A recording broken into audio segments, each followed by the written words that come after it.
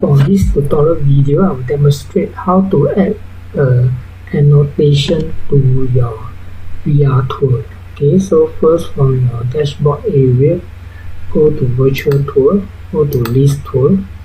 Under this tour, you need to select which VR tour you want to add your annotation to. So let's say I select this one, click on edit. After that, go to rooms. Okay, because this VR tour only have one room, let's say you only got one.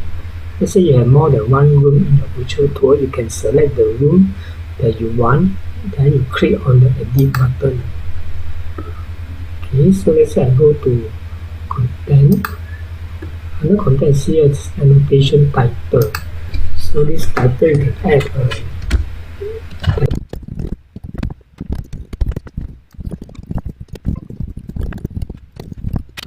this annotation, click save.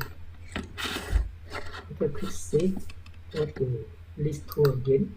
So you go to the tour that you added. So I go here, I click on publish. Click on publish, click open. So after open, you can see there's an annotation over here. Okay, now come